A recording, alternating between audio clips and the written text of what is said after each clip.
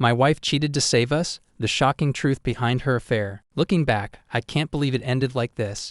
Sarah and I had been married for almost 10 years, and in the beginning I would have done anything for her. We were inseparable, deeply in love, and honestly, we felt unstoppable. But like many couples, life happened. Bills, work, schedules, they all piled up. We became busy people living in the same house but somehow drifting apart.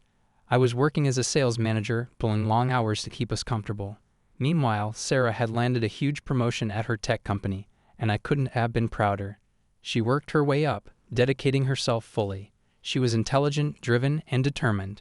But with the promotion came even longer hours, business dinners, and frequent trips. I told myself it was normal. Careers demand sacrifice. But as time passed, I noticed subtle changes. She was always glued to her phone, carrying it around like it was part of her. She'd even take it to the bathroom, and she never used to do that. It wasn't just that. Her phone would light up late at night with notifications she'd brush off, saying, "Oh, it's just work." You know how my boss is. I'd ask her, half jokingly, if she was getting married to her phone. But she'd just laugh, and the conversation would end there. Deep down, I couldn't shake this uneasy feeling. Sometimes I'd catch her glancing at her messages with a small smile, and I remember thinking, that's not a work smile. I wasn't a jealous guy by nature, but something in me felt wrong. Then came that evening, the evening when everything changed. Sarah told me she had a business dinner. She seemed almost eager to leave, and as she walked out the door, my stomach churned with dread I couldn't explain. After she left, I found myself unable to focus on anything, feeling this overwhelming sense that I was being lied to. I'd never done it before, but that night I followed my gut.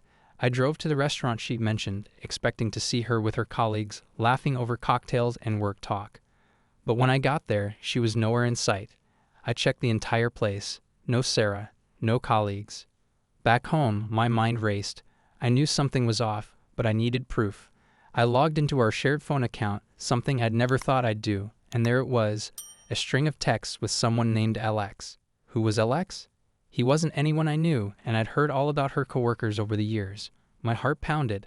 I copied Alex's number and did a reverse lookup online. It turned out he was some guy from her office, not a superior, not even someone she worked closely with. Just a guy. My hands were shaking, but I waited until she came home. When she finally walked through the door, I was there, sitting on the couch, the phone logs open on my phone. I kept my voice calm, even though I felt like my entire world was crumbling. "Who is Alex?" I asked, my eyes never leaving hers. Her face went pale, and she stammered, "He's just a friend from work. You're overreacting." But I wasn't buying it. I showed her the call logs, the late-night messages, all the proof I'd gathered in just one evening. She broke down and admitted it. She told me it was an emotional affair. She swore it wasn't physical, but I honestly didn't care about the details at that point. She confessed she'd felt lonely and disconnected, and that Alex had been there for her. But then, as if that wasn't enough, she dropped another bombshell. "I did this to save us," she said, her eyes red with tears. I stared at her, trying to understand what she meant. She claimed that her relationship with Alex had been a wake-up call, that he helped her realize she still loved me. I couldn't believe what I was hearing. She betrayed me and called it saving our marriage. She begged me to try therapy, to give her a second chance, and to let her make it up to me. I didn't want to be impulsive, so I agreed to therapy, even though my heart wasn't in it. I wanted to see if she was really serious about fixing this. For the next few weeks, Sarah was a different person. She deleted Alex from her phone, was extra affectionate, and seemed genuinely committed to repairing our relationship. But I couldn't shake the feeling of betrayal, and I couldn't forget the image of her sneaking around. Therapy sessions started to feel like we were just putting on a show. Then one evening, as I was putting away laundry, I found a small, cheap phone in her drawer, a burner phone. My blood ran cold. She was still talking to him, just in secret. I confronted her once again, and she admitted she was addicted to the thrill and didn't know how to stop. That was the final straw. I realized our marriage was beyond saving, but I didn't want to just walk away. I wanted her to feel the pain she caused me. Over the next few weeks, I went into silent preparation mode. I gathered all the evidence I could. Text messages, screenshots, call logs, even financial records. Sarah thought she was clever by stashing money into a separate account, but I was one step ahead.